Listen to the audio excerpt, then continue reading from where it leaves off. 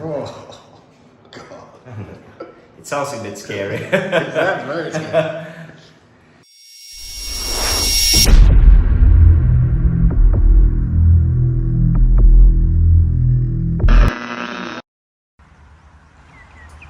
Hello, how are you today? I'm very good, very good.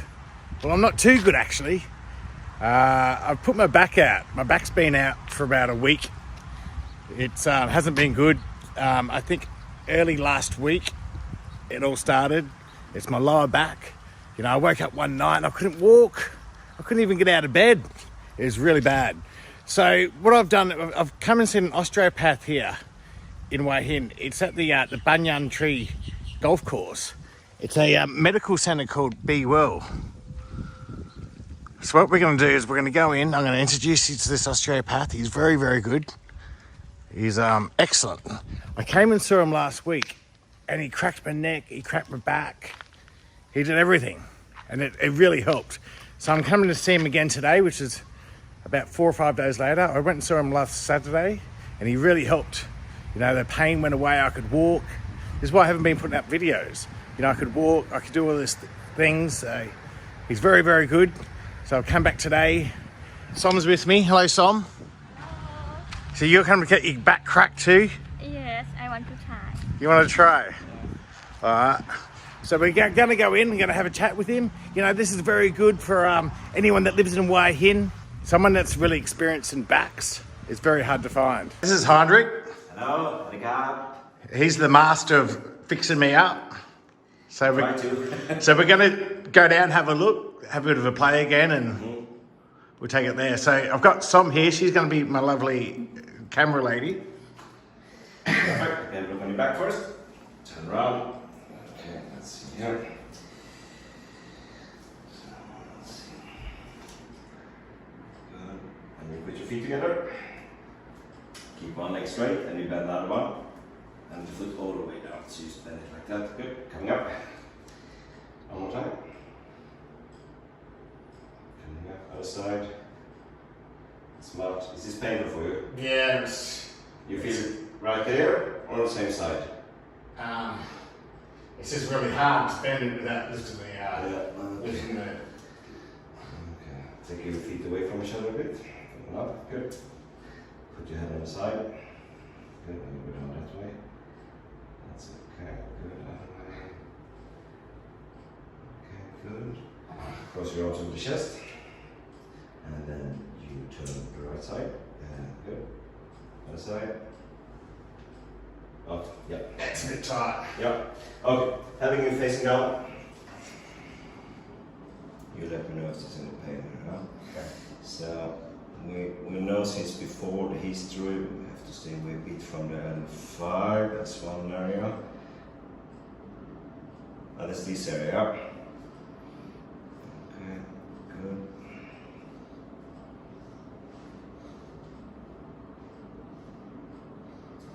This one up in the thorax. It's a bit better today, huh? Yeah. Yeah. You can still see problems there? Or? It still doesn't move in the lumbar spine, so this is the interesting part. Yeah. And 2, 3, 4, that's the part we're going to put into traction and rotation. Let's see if we can get a bit more mobility down there. Okay. Thorax, pretty good. It's around this area that we can see, okay, this part we want to loose up because this is where you fall into flexion. So I'm going to start just to stretch it down there, step by step.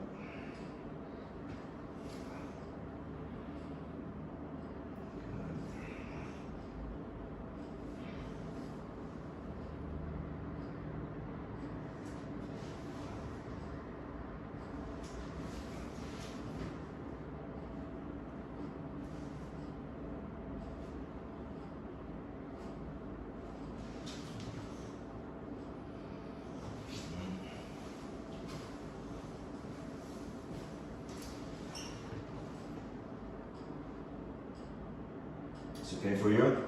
Yeah. Yeah, good. Scream if it's too painful for you. That's good.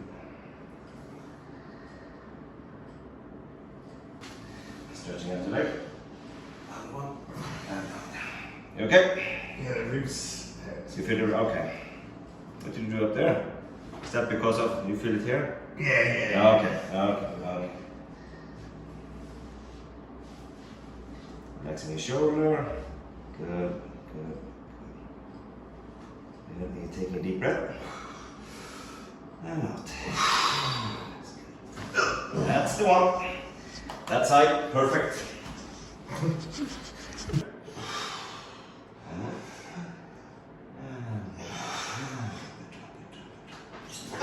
That's the one. And on your back. I believe some of this part you had for a long time. That's why you need to release it. That's what I told about you last time. You're strong. Exactly. You are strong, but you're quite stiff. Yeah, that's why we need to get this area up and running a bit more. Yeah. Okay.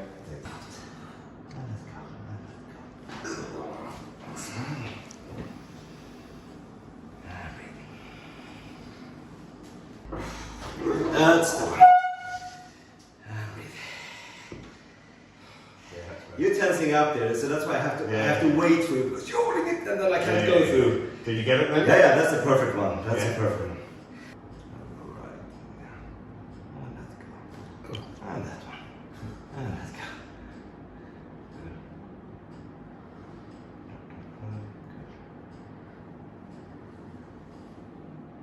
Oh. And that one. What I got? Did you hear that? It's a bit scary, man. It sounds more than it's I think it was bigger than the other day. Yeah.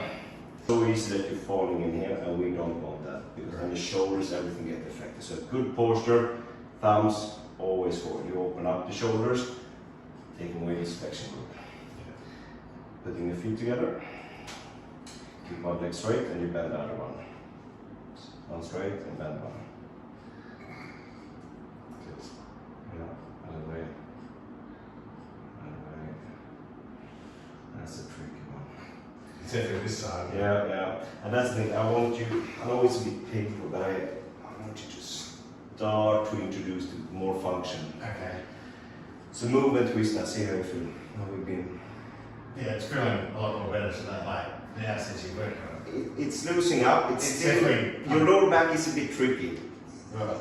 Because now it's all about. It's full of knots and that, is it? It's just that it's tight. Yeah, I can do it. No, it's just tight in the function in the spine, the facet joints, and that's the part you don't want to force it. That's why you're going there.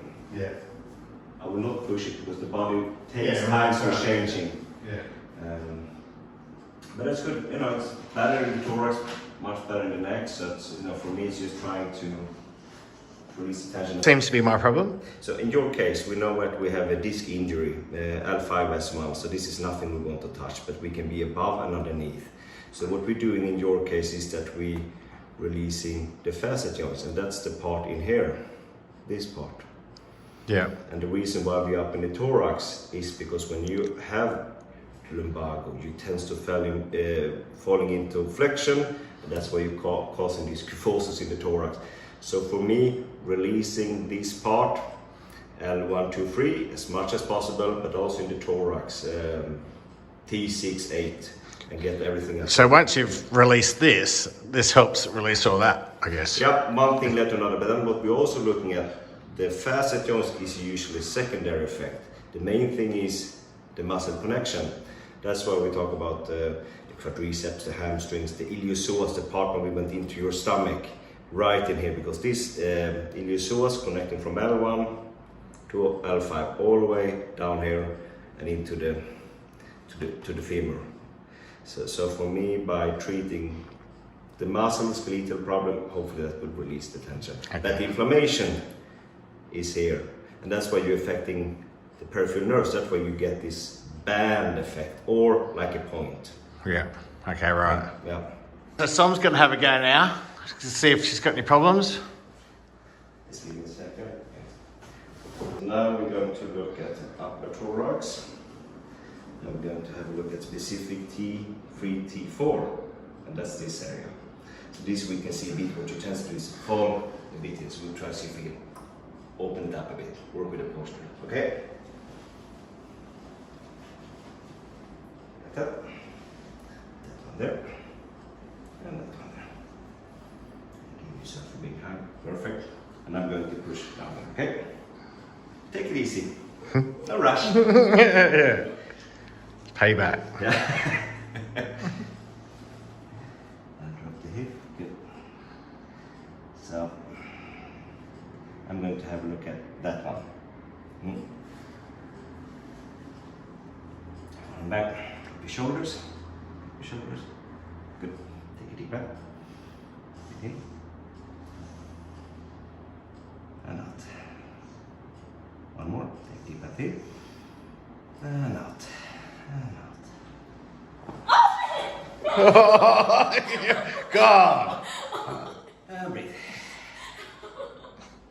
That's a proper manipulation. Yeah, that was very good. Yeah.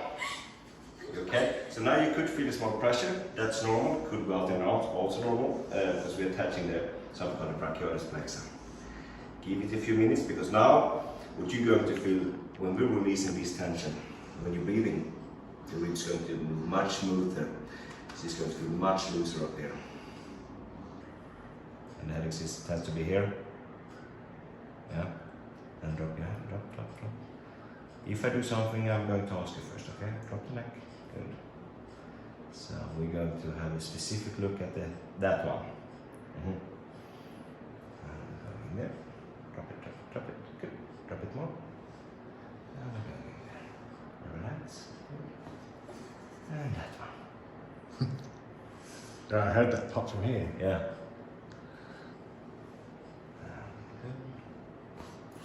Oh, God. It sounds a bit scary. That's very scary. But that's why to be able to take the C1, C2, because of the function of the joint, and you have to know that, because usually what people do, they crack C3, 4, 5. You can do a lot of damage, I'm sure. You can damage it, but usually younger people get these ticks and it has to crack, crack, crack, and what's happening, you get hypermobile in C3, 4, 5, and C1, C2 get blocked. Right. And that tends to cause headaches. Yeah. If it's blocked in the thorax, that tends to cause tension over the chest. Yeah. People relate to cardiovascular problem, but when you're 20 in the 30s, it's very low risk that you have cardiovascular problem. Usually it's because of tension. Okay. Okay, good. And just sit there and start to move your neck a bit. Move your neck. So the main function for the C1 could feel a bit strange now. So the main function for the C1, the upper atlas, that is flexion extension. And in your case, when that up, you probably didn't like to look up to the roof. Now I want you to actually use it. Use the function. Drop the head back and down. Use the function as much as possible. The C2 vertebral axis, that's doing 30 degrees of rotation. And you can actually, it's interesting to see. So now, in your case, what we've been treating here is the C1, C2. And that is very specific if you look at the angle of the joint. So this is the head you're doing here. And when you're going down to C2, you can see the joint is more horizontal, so that's doing a lot of rotation. Then of course the rest of the circle is coming. But in your case, we've been releasing the thorax to open up the posture because you tend to fall down. And then what you do is you're a bit here, and then you don't look down, you look forward, so you put the neck into extension. So in your case, we want you to open up more because you're falling down into it. I used to got that computer habits, bad habits. Yeah, stop with that. Yeah. Stand up, let me have a look at you. Yeah, she's always on the phone, you see. Ah, that's the problem. Yeah. So, you remember what I told Johnny here? So always when you're walking, thumbs forward so you open up. We don't want to close the body because that's why we get also a lot of shoulder problem today and tension in thorax. So open up, always here. It's a good posture for you, look straight forward. Good. Yeah, so reach towards you. Here. Good, that's a good posture. So don't fall, you fall in here usually. That's why I put in the thumbs forward, the shoulder will go up. And then you need to put the chin into your chest because it's so easy when you the neck is falling, the thorax. So when you're having good posture, chin in. Okay? You feeling okay? Yeah. You feel better? Done. Yes. Yeah, good, isn't it? That's nice. Yeah. All right, Heinrich, thank you very much for that. Thank you. So look, I just want to ask you a few questions. You're from Sweden, that's correct? Yeah, that's correct. So how long have you been an osteopath for? Since 2012. Yeah. Okay, so 8 years. 8 years, yeah. And I started... Oh, 9 years. 9 years now, yeah. And I started in this occupation as a masseuse 2003. So I've been treating people for the last pretty much 20 years now. Okay. And how long have you been in Thailand for? 2 years now. 2 years? Yes. And is this what you've been studying here? No, you cannot study here because it doesn't exist, so... No, but you've been working, sorry? You've been... Yeah, I've been working 1 year now. Okay. 1 year, yeah. Where did you start off, in Bangkok, or is it? I started with in the Black Mountain, in the... For the golfers? With the golfers, golf professionals, yeah. Would that be a big business for you, I'd imagine? It's quite a big thing, especially in Hua Hin. Yeah, okay. Sure. So that's probably 60% of the patient that comes, they have some golf-related issue. So when you were in Sweden, you studied at university, I imagine? Yep, it's a university and it's minimum 4 years studying. Yeah. Then you take the bachelor degree and then it's the master degree 5 years. Okay. So that's the minimum of education you need to have to become an osteopath, and that's the same in the entire Europe. That's the minimum. Right. And what's the difference between an osteopath and a chiropractor? Interesting question. You get that all the time, and it's not a big different. But you say the biggest difference is the way you're treating the patient. It's the approach, how you do when you're treating it. But if you go to 5 osteopaths and you go to 5 chiropractors, it's hard to actually, as a patient, to see the difference. We used to say that the osteopath is much smoother. We do manipulations, but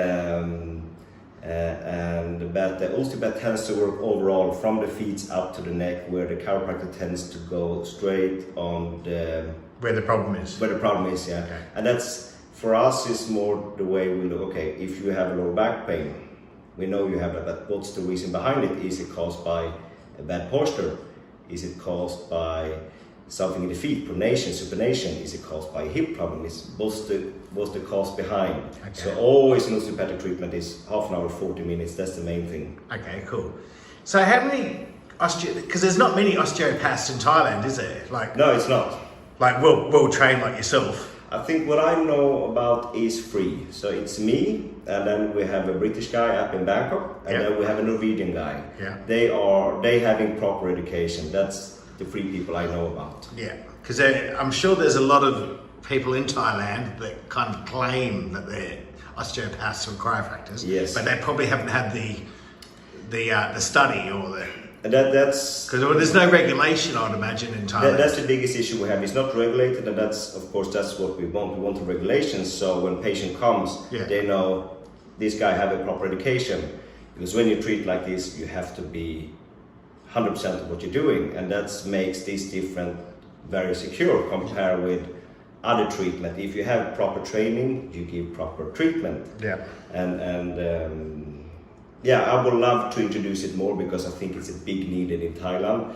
The thing you should always look for is the D.O, and that's a quality stamps. But of course, as you said, we need to get this up to a higher level in Thailand. Okay, yeah, it needs to be. Well, not much is regulated in Thailand, unfortunately. Like anyone can open up a shop and say I'm an osteopath, but yeah, they can. But usually, patient that's coming from Europe, from the States, from Australia, they would have some idea. They have some. This is actually what they do. Yeah. And they will sort of think this is not the real osteopath. So with time they tends to fade out a bit. Okay, cool. And you've worked with football teams back in... Football teams back in Sweden. Tennis player, I was working for 4 years with the International Tennis Association in Sweden. So I've been doing a bit of sport. Problem with sport is not... Well, sporting would be a huge market, wouldn't it? It's a huge market, but unfortunately it's no money in the market. Right. I mean, even if you're on the top level in Sweden, it's not enough. You can live on it, but that's when you have kids and families, you have to. So I've been running most of the time. I've been running my own clinics. Okay. Yeah. Pretty much, 2 clinics in Sweden. Okay. So you've still got clinics in Sweden? I still have one clinic in Mölndal. It's still active, and Yeah. I will keep that up and running in case I'm going back to Sweden. Yeah. So we still have house and everything left there. We have So you still got your house, you're still settled there? You've got a wife and family here in Thailand? Yes. Yeah, that's nice. So we're aiming to stay here long term, but yeah. And how are you liking Hua Hin? Love it. Yeah. Hua Hin, one of the best places. Yeah. From my point of view, you have all the training you can do. Yeah. Not only golf, I mean, we have the Muay Thai, we have tennis, paddle, kite surfing, the beach. So, yeah. So whereabouts is this clinic? It's at Banyan Tree, isn't it? Banyan Resort is this... Banyan Resort, sorry. Yes. Yeah. And if people want to book in, what's your availability? Like, you pretty much booked out every day?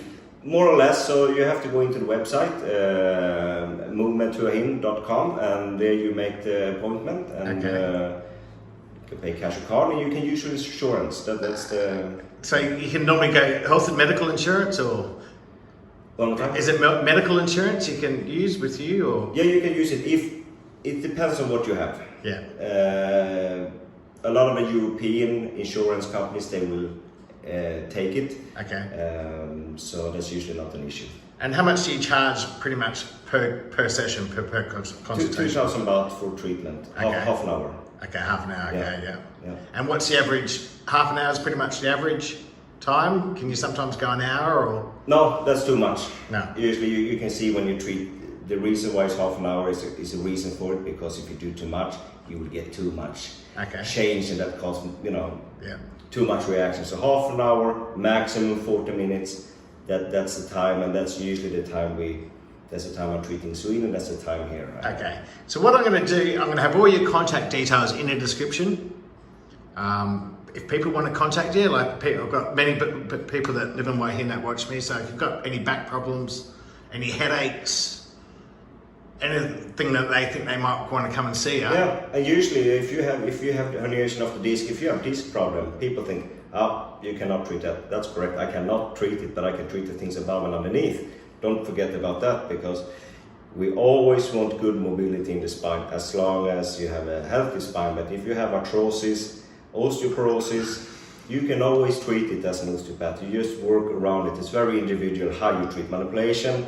This is one way of treating it, but of course, I mean, we have many hundreds of techniques, so it depends on who's coming. You adapt the treatment after that patient. So I have a young patient up to the 95 years old, so you can treat everybody. You're just adapting the treatment. You don't do manipulation on the patient that have osteoporosis, example. Yeah.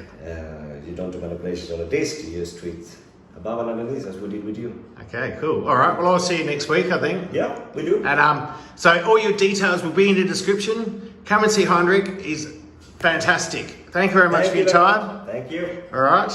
And how are you feeling, Som? Good? Yes. Very good. You can move your head now. All right. So there we go. So thanks again to Henrik, and all his details will be in the description. Your contact number, your website, so everything. So, all right. So see you guys soon.